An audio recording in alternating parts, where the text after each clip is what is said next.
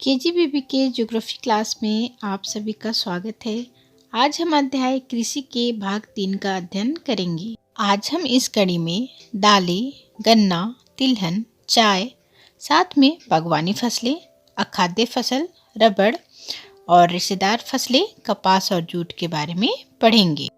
भारत विश्व में दालों का सबसे बड़ा उत्पादक एवं उपभोक्ता देश है। शाकाहारी खाने में दालों से सबसे ज़्यादा प्रोटीन प्राप्त होती है। भारत में अरहर, उड़द, मूंग, मसूर, मटर और चना मुख्य दलहनी फसलें हैं। दालों को कम नमी की आवश्यकता होती है, अतः इन्हें शुष्क परिस्थितियों में भी उगाया जा सकता है। खरीफ तथा रबी दोनों ही ऋतुओं में दालों को उगाया जा सकता है। भारत में मध्य प्रदेश, उत्तर प्रदेश, राजस्थान, महाराष्ट्र और कर्नाटक दाल के मुख्य उत्पादक राज्य हैं। गन्ना एक उष्ण एवं उपोष्ण कटिबंधीय फसल है। यह बांस की प्रजाति का एक पौधा है। इससे गुड़ और चीनी बनाई जाती है। ब्राजील के बाद भारत विश्व में गन्ने का दूसरा सबसे बड़ा उत्पादक देश है। गन्ना 21 से 27 डिग्री तापमान और 75 से 100 सेंटीमीटर वार्षिक वर्षा वाले क्षेत्र में बोया जाता है।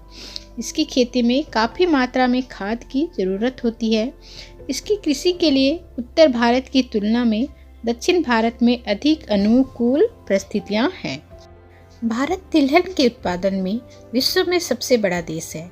देश में कुल बोए गए 12% भाग पर कई तिलहन फसलें उगाई जाती हैं।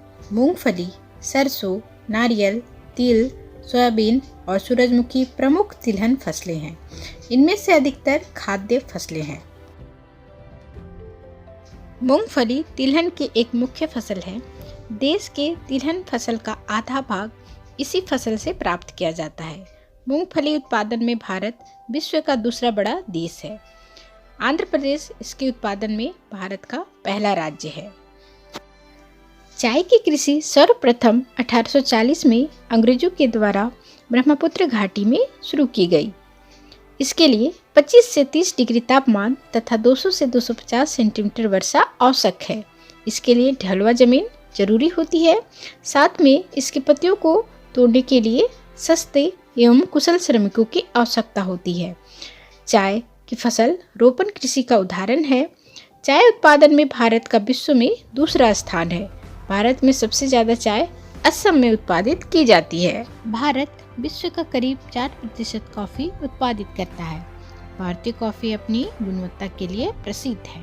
भारत में लगभग सभी कॉफ़ी दक्षिण भारत में उगाई जाती है। कॉफ़ी के उत्पादन में कर्नाटक भारत का सबसे बड़ा राज्य है। यहाँ भारत की 70% कॉफ़ी उत्पादित की जाती है। आइए बच्चों, अब हम जानते हैं कॉफ़ी की किस्मों के बारे में।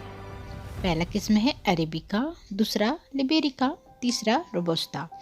भारत में उत्तम किस्म की अरेबिका कॉफ़ी उगाई जाती है। आइए बच्चों, अब हम जानते हैं बागवानी फसलों के बारे में। भारत विश्व में सबसे अधिक फलों एवं सब्जियों का उत्पादन करता है। भारत उष्ण एवं शीतोष्ण कटिबंधीय फलों का उत्पादक है। आम के उत्पादन में भारत विश्व में अग्रणी है। यहाँ पर विभिन्न किस्मों के आमों का उत्पादन किया जाता है। उत्तर प्रदेश, आंध्र प्रदेश, महाराष्ट्र, पश्चिम बंगाल तथा बिहार आम के उत्पादन के लिए प्रसिद्ध है। इसके अलावा बिहार और उत्तर प्रदेश में लीची, मेघालय में अनानास, आंध्र प्रदेश और महाराष्ट्र में अंगूर, हिमाचल प्रदेश और जम्मू कश्मीर में सेब, नाशपाती, खुमानी और अखरोट के लिए प्रसिद्ध है। साथ में केरल, तमिलनाडु, महाराष्ट्र और मिजोरम राज्य में बड़े स्तर पर केले की कृषि की जाती है। बागवानी फसलों में काजू, काली मिर्च और नारियल भी महत्वपूर्ण है। भारत विश्व में काजू का सबसे बड़ा निर्यातक देश है। भारत विश्व का लगभग 13% सब्जियों का उत्पादन करता है। भारत में आलू, मटर, प्याज, बंद गोभी, फूल गोभी, टमाटर, बैगन इत्यादि के उत्पादन में प्रमुख स्थान रखता है। आइए बच्चों, अब हम जानते हैं अखाद्य फसल रबड़ के बारे में। रबड़ भूमध्य रेखीय क्षेत्र की फसल है, पर विशेष परिस्थितियों में उष्ण एवं उपोष्ण क्षेत्रों में भी उगाई जाती है। इसके अलावा 200 सेंटीमीटर से अधिक वर्षा और 25 डिग्री सेल्सियस से अधिक तापमान वाली नम और आर्द्र जलवायु की आवश्यकता होती है। प्राकृतिक रबड़ उत्पादन में भारत विश्व में 5वां स्थान रखता है। केरल, तमिलनाडु, कर्नाटक और अंडमान निकोबार द्वीप समूह के अलावा मेघालय के गारो पहाड़ियों में इसकी कृषि होती है। आइए बच्चों, अब हम जानते हैं रेशेदार फसल कपास के बारे में। भारत को कपास के पौधे का मूल स्थान माना जाता है। सूती कपड़ा उद्योग को यह कच्चा माल प्रदान करता है। इसे कम से कम 210 दिन पाला रहित मौसम की आवश्यकता होती है। इसके उत्पादन में काली मिट्टी उपयुक्त मानी जाती है। तेज और चमकीली धूप कपास को बढ़ने में सहायता देती है। महाराष्ट्र, गुजरात, मध्य प्रदेश और कर्नाटक कपास उत्पादन के प्रमुख राज्य हैं। कपास उत्पादन में भारत का विश्व में 3रा स्थान है। आइए बच्चों, अब हम जानते हैं दूसरी रेशेदार फसल जूट के बारे में। इसे सुनहरी रेशम भी कहा जाता है।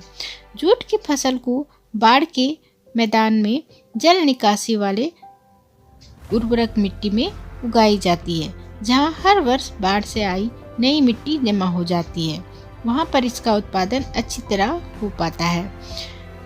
जूट से बोरियां, चटाई, रस्सी और धागे बनाए जाते हैं।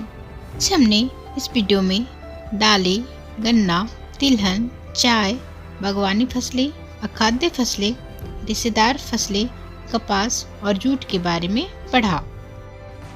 आप लोगों के लिए 2 प्रश्न हैं। पहला प्रश्न है, दाल के सबसे बड़ा उत्पादक राज्य का नाम बताएं। दूसरा प्रश्न है, सुनहरी रेशम किस फसल को कहा जाता है। Thank you for watching video.